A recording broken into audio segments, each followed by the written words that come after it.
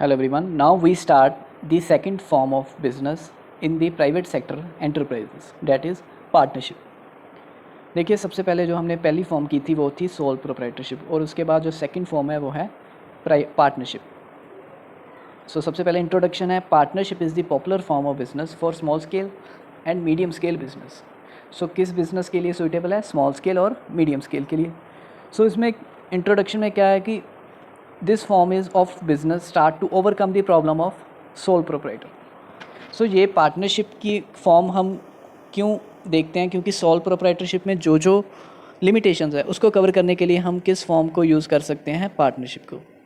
Sole proprietorship में क्या होता है? एक पर्सन होता है, उसी के ऊपर सारी रिस्पॉन्सिबिलिटी होती है कि सारे फंड एक पर्सन ने अरेंज करने होते हैं, सारी मैनेजीरियल स्किल्स एक पर्सन की काउंट होती है. सो ये उसकी लिमिटेशन है कि वो अपने बिज़नेस को ग्रो नहीं कर सकता. और अगर हम बिज़नेस की ग्रोथ चाहते हैं, बिज़नेस में ज़्यादा इन्वेस्टमेंट चाहते हैं, तो उसके लिए हम क्या अरेंज करेंगे? हम पार्टनरशिप में आएंगे. पार्टनरशिप में हम अपने साथ कुछ पार्टनर्स, कुछ और पर्सनस को साथ जोड़कर हम बिज़नेस करेंगे. सो therefore two or more person form partnership to carry on business. इसमें क्या होता है कि मिनिमम दो से ज़्यादा पर्सन क्या करते हैं? बिजनेस को रन करते हैं. ओके, नेक्स्ट आता है meaning and definition. So partnership is an association. Association का मीनिंग होता है जहाँ पे ग्रुप ऑफ पर्सन काम करते हैं, उसको हम एसोसिएशन बोलते हैं. सो पार्टनरशिप क्या है? एक एसोसिएशन है of two or more person वो agree to jointly pursue a business activities. वो एग्री करते हैं कि हमने बिजनेस को साथ मिलकर उसकी सारी एक्टिविटी को परफॉर्म करना है. They pool their managerial and financial resources for the purpose. So business के पर्पज़ के लिए वो क्या करते हैं कि उनके पास जो जो फाइनेंशियल रिसोर्सेज हैं, जो जो उनके पास मैनेजीरियल रिसोर्सेज हैं, उनके पास जो जो स्किल्स है, वो एक जगह पे कलेक्ट करते हैं और फिर उसको बिज़नेस में लगाते हैं. सो मीनिंग के बाद हम एक डेफिनेशन कर सकते हैं. देखिए, according to the Indian partnership act 1932, partnership is the relation between two or more person who have agreed to share the profit of the business carried on by all or any of them acting for all. So क्या relation है? दो और दो से ज़्यादा person का जो agree करते हैं कि वो बिज़नेस की एक्टिविटी परफॉर्म करेंगे और उसके साथ जो प्रॉफिट होगा उसको वो शेयर करेंगे, और बिज़नेस में वो खुद भी काम कर सकते हैं और कोई एक पार्टनर सभी के लिए काम कर सकता है. सो ये उनकी एग्रीमेंट के डिपेंड है कि वो कैसे अपने प्रॉफिट को शेयर करेंगे और कैसे बिज़नेस की एक्टिविटी को परफॉर्म करेंगे. सो ये एक डेफिनेशन हम कर सकते हैं. सो नेक्स्ट टॉपिक हमारा आता है फीचर्स ऑफ पार्टनरशिप. सो एक पार्टनरशिप के क्या क्या करेक्टरिस्टिक्स हो सकते हैं वो हम इस टॉपिक में देखते हैं. सबसे पहला पॉइंट है हमारा फॉर्मेशन. सो पार्टनरशिप फॉर्म, अगर हम पार्टनरशिप फॉर्म में बिज़नेस करना चाहते हैं तो उसकी फॉर्मेशन कैसे हो सकती है? सो इस पॉइंट में पता लगेगा. सबसे पहला पॉइंट है formation. The partnership form of business is governed by the Indian partnership act 1932. It come into existence by legal agreement between the partners, that is partnership deed. So देखिए, इसमें क्या होता है कि अगर हम पार्टनरशिप बिजनेस में आना चाहते हैं तो सबसे पहले क्या होगा कि हमारे सभी पार्टनर्स के बीच एक लीगल एग्रीमेंट होगा. सो वो एग्रीमेंट पे सारे पार्टनर के साइन होंगे, तभी हम एक पार्टनरशिप बिज़नेस को स्टार्ट कर सकते हैं. और उस एग्रीमेंट को हम क्या बोलते हैं? Partnership deed. पार्टनरशिप डीड की बात करें तो पार्टनरशिप डीड क्या होती है? एक एग्रीमेंट होता है जिसमें क्या एग्रीमेंट में क्या होता है कि पार्टनर्स की टर्म्स एंड कंडीशंस होती हैं, और किस रेशियो में वो प्रॉफिट और लॉस को शेयर करेंगे वो रेशियो एग्रीमेंट में स्पेसिफाइड होती है. नेक्स्ट आता है कि the partners must enter into an agreement for carrying a lawful business. अगर देखिए कि वो कोई दो से ज़्यादा पर्सन एग्रीमेंट में आते हैं, कि वो पार्टनरशिप में आते हैं, तो उनका बिज़नेस क्या होना चाहिए? लॉफुल होना चाहिए. और उस बिज़नेस का मेन मोटिव क्या होना चाहिए? Earning profit. अगर इसमें दो केस की बात करें कि अगर कोई दो से ज़्यादा पर्सन मिलकर कोई चैरिटेबल पर्पस के लिए कोई एक्टिविटी करते हैं तो वो पार्टनरशिप की एक्टिविटी नहीं होगी. अगर कोई दो से ज़्यादा पर्सन मिलकर कोई अनलॉफुल एक्टिविटी करते हैं, जैसे रॉबरी, स्टीलिंग, गैम्बलिंग और स्मगलिंग जैसी एक्टिविटी करते हैं, तो वो भी पार्टनरशिप में नहीं आती.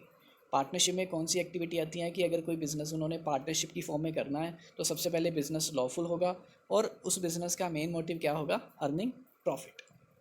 सेकंड हमारा जो पॉइंट आता है वो आता है लायबिलिटी. ये सबसे इंपॉर्टेंट पॉइंट है. एक चीज़ आपको याद रखनी है कि पार्टनरशिप फॉर्म में जितने भी पार्टनर्स होते हैं सभी की लायबिलिटी क्या होती है? अनलिमिटेड. ओके, जैसे हमने सोल प्रोप्राइटर में पढ़ा है कि सोल प्रोप्राइटर में जो एक पर्सन ओनर होता है उसकी लायबिलिटी अनलिमिटेड होती है, लेकिन पार्टनरशिप में क्या होता है कि जितने भी पार्टनर होते हैं वो सभी इक्वल ओनर होते हैं, तो सभी की जो लायबिलिटी होती है वो क्या होती है, अनलिमिटेड होती है, जैसे सोल प्रोप्राइटर में होती है।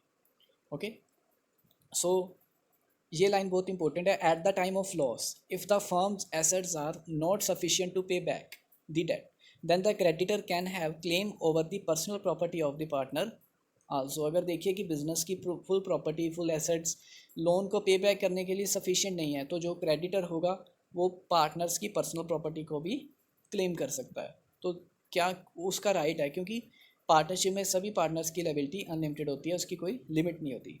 थर्ड पॉइंट आता है हमारा रिस्क बेयरिंग। ओके, जी हमने पहले भी बात किया है कि पार्टनर्स जिस भी रेशियो में अपना प्रॉफिट शेयर करेंगे या लॉस शेयर करेंगे वो किस में स्पेसिफाइड होती है, एग्रीमेंट में। एग्रीमेंट को क्या बोलते हैं, पार्टनरशिप डीड। ओके, जो भी एग्रीमेंट में रेशियो स्पेसिफाइड की जाती है उसी के अकॉर्डिंग सभी पार्टनर्स को अपना लॉस और प्रॉफिट को शेयर करना होता है। अगर किसी पार्टनरशिप फर्म में एग्रीमेंट नहीं होता तो उस केस में क्या होता है कि सभी पार्टनर्स को जो प्रॉफिट होता है वो इक्वली डिवाइड किया जाता है, जो भी लॉस होगा वो इक्वली डिवाइड किया जाएगा, रिस्क भी इक्वल डिवाइड किया जाएगा। सो ये रिस्क बेयरिंग का ये पॉइंट है। नेक्स्ट पॉइंट आता है decision making. All the partners are allowed to manage the partnership firm. देखिए सभी को इक्वल राइट है कि वो बिजनेस को मैनेज कर सकते हैं। They may specify the work area of each partner in the partnership deed also. सभी का देखिए एग्रीमेंट में जहाँ पार्टनरशिप डीड में स्पेसिफाई किया जाता है कि किस पार्टनर की क्या जॉब है, तो जो सारा एग्रीमेंट में डिसाइड किया जाता है। अगर हम बात करें जिस बिज़नेस में 10 से ज़्यादा पार्टनर होते हैं, बहुत ज़्यादा पार्टनर्स होते हैं, उस बिज़नेस में क्या जनरली क्या होता है कि जो डे टू डे मैनेजमेंट की एक्टिविटी होती है वो 1 और 2 पार्टनर क्या करते हैं, उसको कैरी करते हैं। सभी पार्टनर नहीं आते, 1 या 2 पार्टनर जो डेली एक्टिविटी होती है उसको परफॉर्म करते हैं।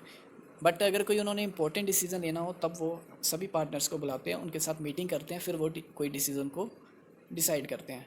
नेक्स्ट आता है हमारा 5th पॉइंट, कंटिन्यूटी।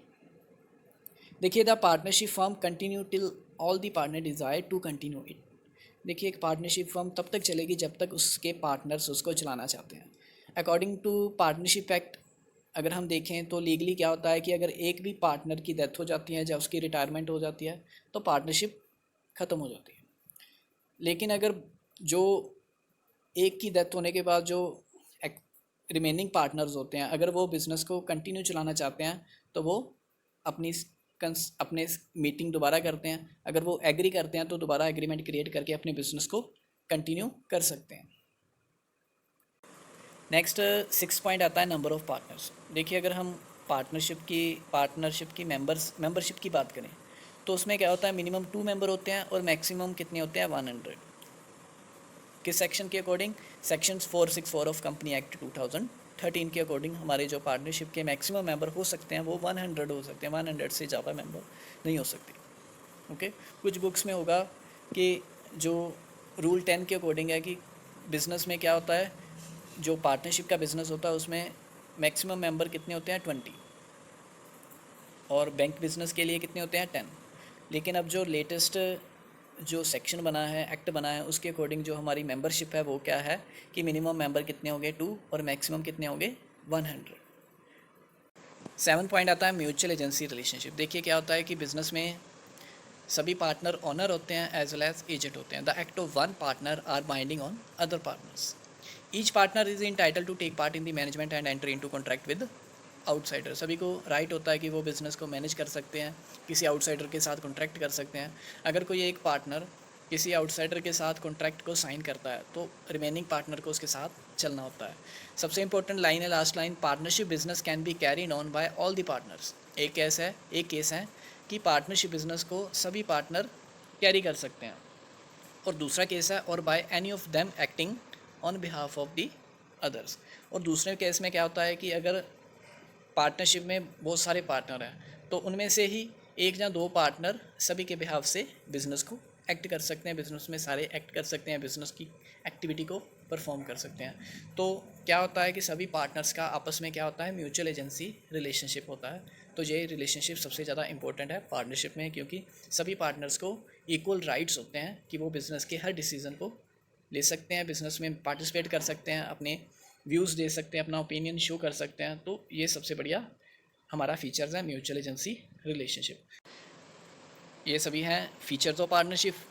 एक बार दोबारा देख लीजिए। सबसे पहला पॉइंट है formation, second liability, third risk bearing, fourth decision making, fifth continuity, sixth number of partners and last mutual agency relationship. Hope आपको सभी पॉइंट अच्छे से समझ आ चुके होंगे। Okay, thank you.